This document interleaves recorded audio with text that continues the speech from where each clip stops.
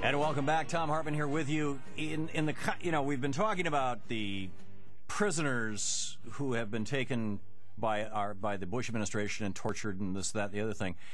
And it's an important issue, and we're going to get back to it as time goes on in this program, and then in the next hour of the program in particular. But let us not forget that in the United States right now, we have political prisoners as well. And in my opinion, and I think this is very, very well documented. You can find it at his website, Don Siegelman, I before E, like they taught you in school. Remember, Siegelman, DonSiegelman.com or .org will get you there. And but you can see the 60-minute special right at the top of his website. As you can see the whole story. There's a great summary of the news stories on this.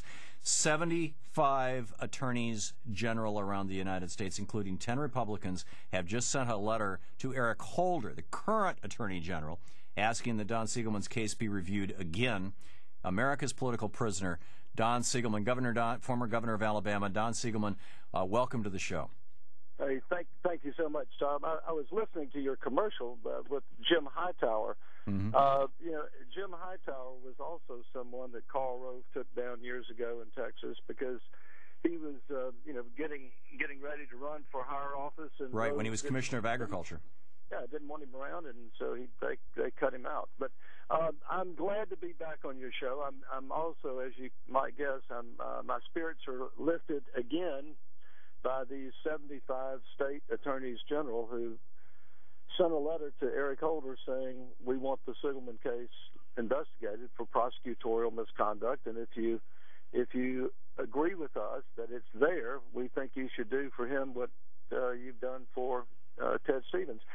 There was one attorney general who was quoted in the New York Times who was also interviewed by 60 Minutes. His name is Grant Woods, a former Republican attorney general from Arizona. And he has consistently said that this issue transcends politics, that this is bigger than political parties. Right. They asked him why he was doing it, and he said, because I'm an American first. And what's right is right. And and I want your listeners to also understand that I appreciate their coming to my aid and my support, but this thing is much bigger than my case.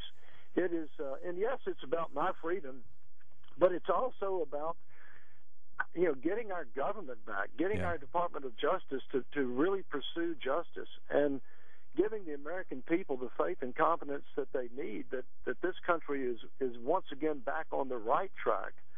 And we've got a lot of work to do. Eric Holder's got a tough job ahead of him. He does. Governor, if you can give a short, an elevator speech summary, because I think that comparing this to Ted Stevens is in some ways a big mistake, because Ted Stevens was in all probability actually guilty of the crimes he committed, and I think the Bush administration probably intentionally botched his prosecution.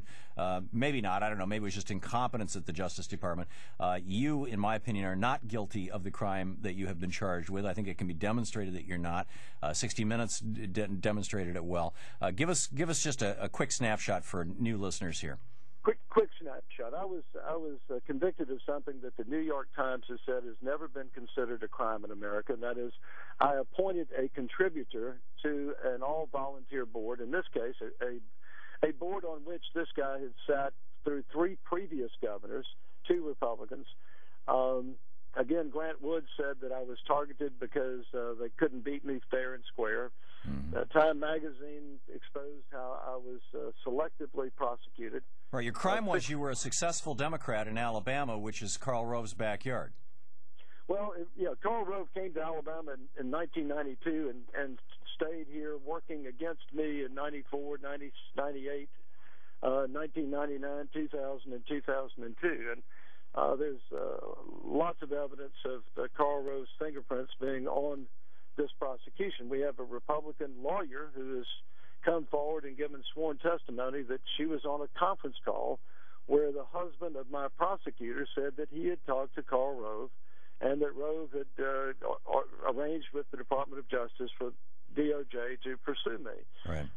And the husband of your, if I may interrupt, the husband of your prosecutor, for our listeners, also was the campaign manager for the Republican that you ran against, Bob Riley, who in the middle of the night they found in the voting machines enough votes to flip the election. But that's another story.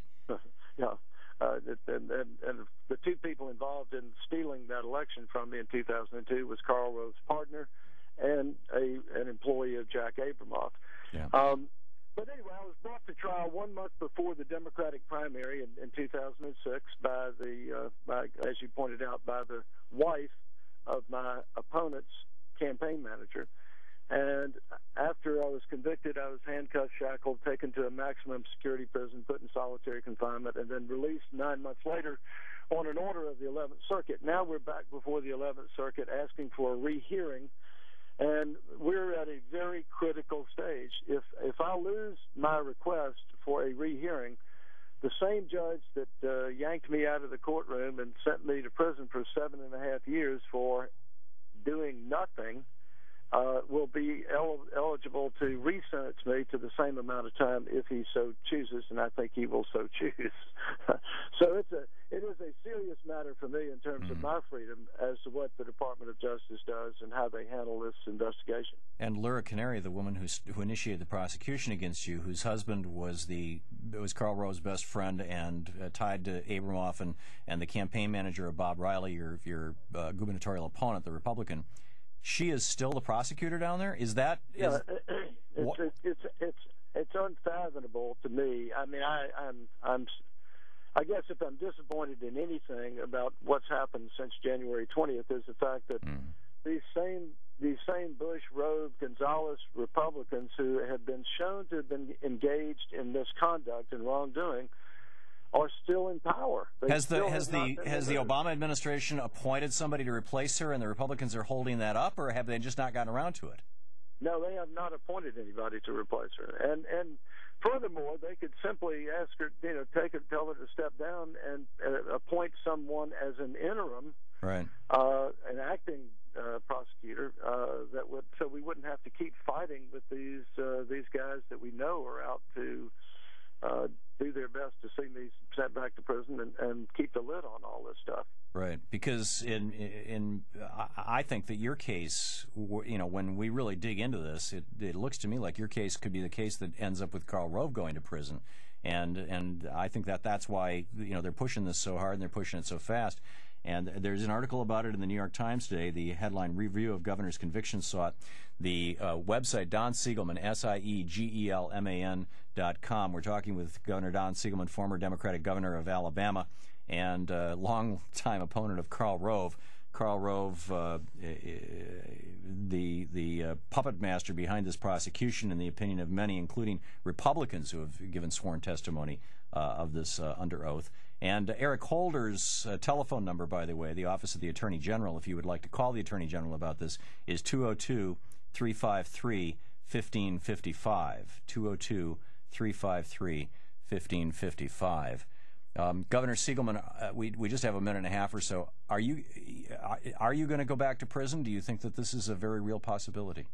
Well, it's a very real possibility if the 11th Circuit does not give us an opportunity to rehear our arguments that there was no crime committed and that therefore I shouldn't have been convicted. So we've got one shot with the 11th Circuit, and of course Eric Holder has the authority to unplug this case just as he did with Ted Stevens. And you pointed out something. There is a big difference in the fact that they didn't accuse me of taking a single penny.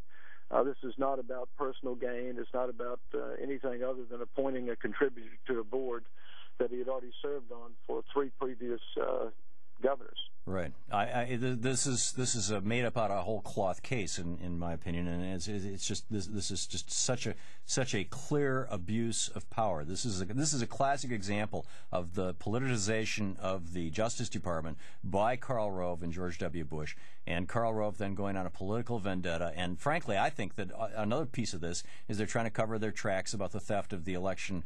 The gubernatorial election in 2002, but that wanders into territory that some journalists are uncomfortable with. They don't want to talk about electronic voting and theft of elections and things. So and we need not. I mean, frankly, this is just a very, very straightforward process here about Karl Rove saying, okay, we've got a successful Democrat here, we're going to take this guy down, and they did. Tom, thank you so much.